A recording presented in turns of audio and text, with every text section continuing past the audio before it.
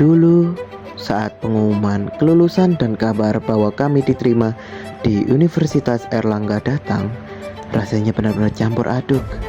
Ada haru, lega, dan juga sedih. Di saat itulah kami sadar, satu babak hidup telah berakhir dan satu babak baru siap dimulai.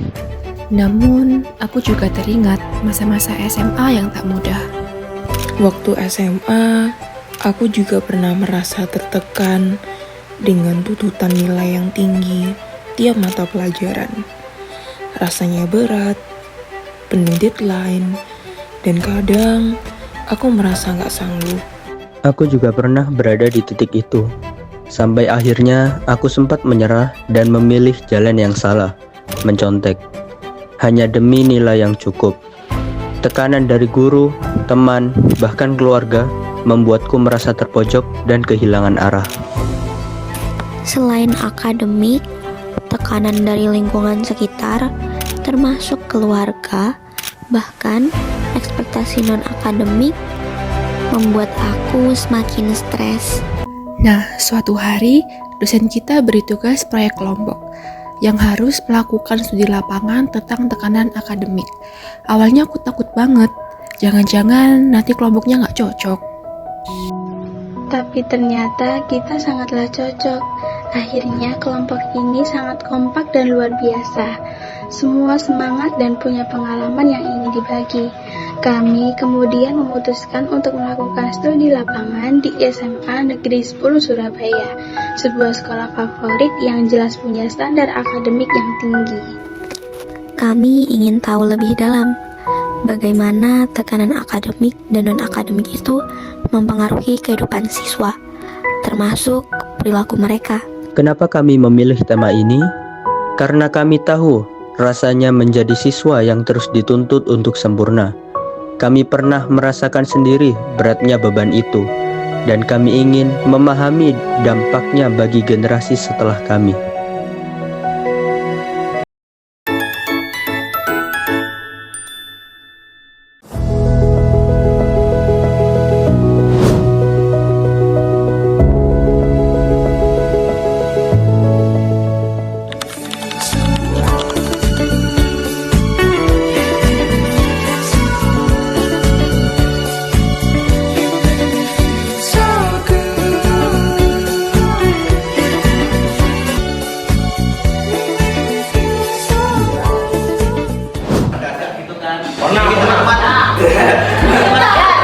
Atau capek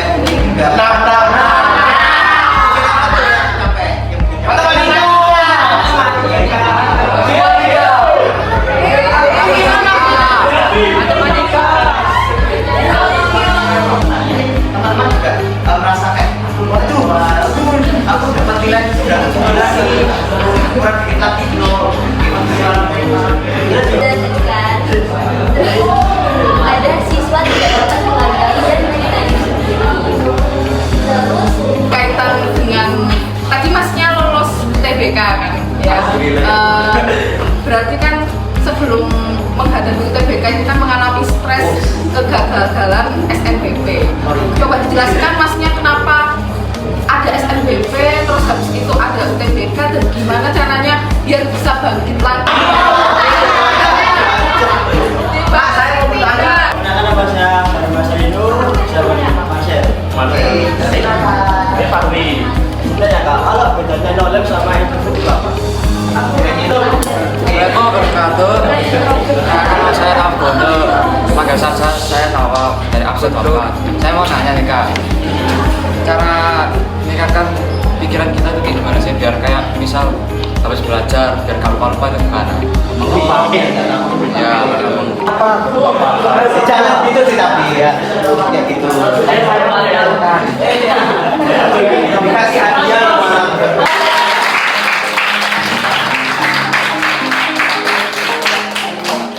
Jadi ini sebenarnya masuk edukasi ya. Jadi ini sebenarnya dengan aku sama teman-teman biasa kan bisa curhat ke teman-teman atau gimana biar nggak pusing di otak kalian sih. Jadi dari diri sendiri ya, kan dari yang eksternal apa lagi? misalnya diri sendiri tuh kayak jalan gitu tuh. Karena ditulis jawab pertanyaan. Sejujurnya, mana yang lebih sering membuat kalian stres? Tuntutan dari diri kalian. Kasih makanan, kalian sama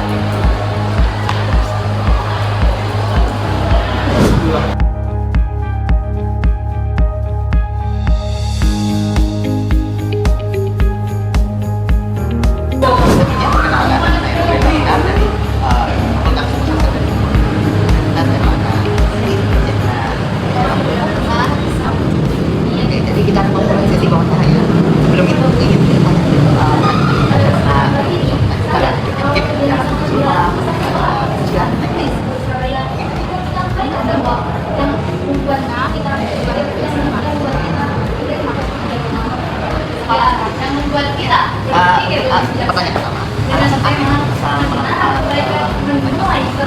moral dalam nilai itu kalau ditanya alasan Kadang kalau udah nggak bisa mikir,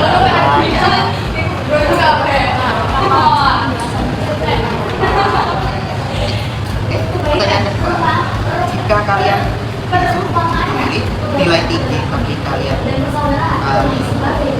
jika kalian antara atau jujur kayak dijawab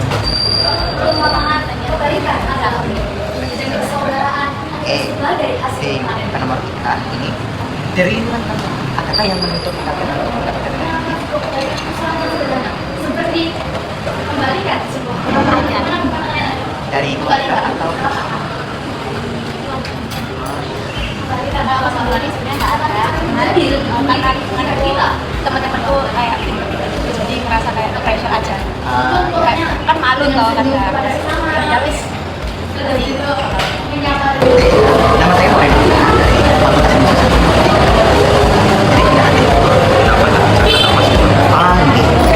Jadi ini izin untuk melakukan si wawancara ya. Naik dengan yang si moral sebelumnya. Si moral kira-kira lupa. Ya seperti dari si moral itu jadi sebelum ke pertanyaan pertama. Jadi ini pertanyaannya ice breaking lah.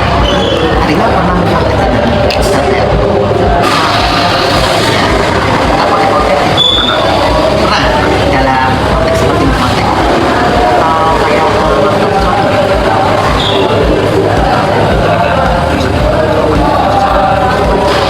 oh ya masih gitu lah ya aku jangan untuk nyanda ya ya jadi pertama nih jadi dari lingkungan kira-kira dari itu yang dari mana maupun dari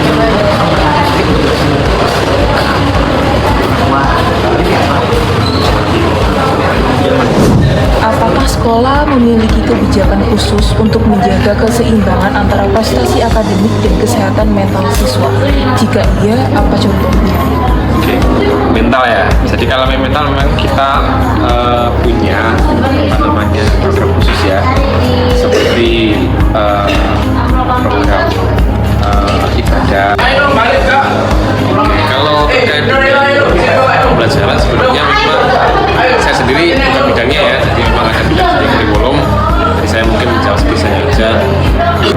Jadi kita bisa lihat dengan kondisi siswa seperti ini, kita pasti tahu lah targetnya. Oh seperti ini.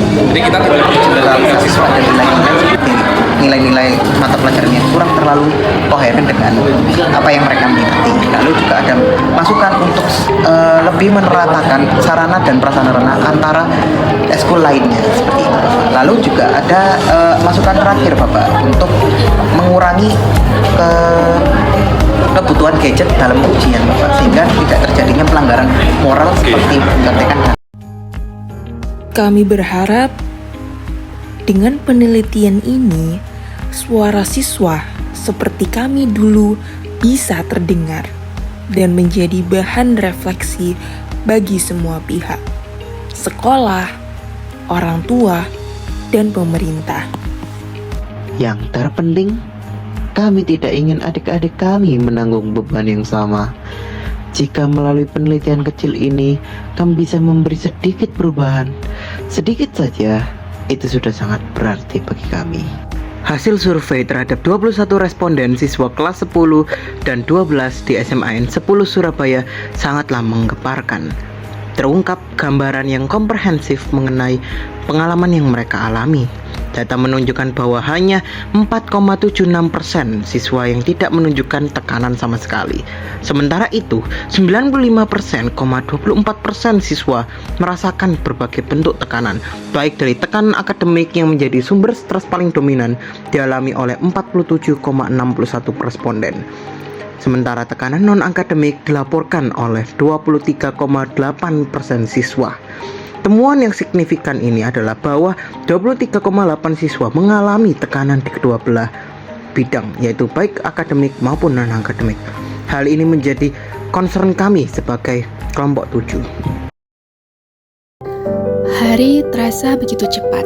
Dari masa lalu, kami belajar dan berusaha untuk masa depan yang lebih baik bagi generasi pelajar berikutnya.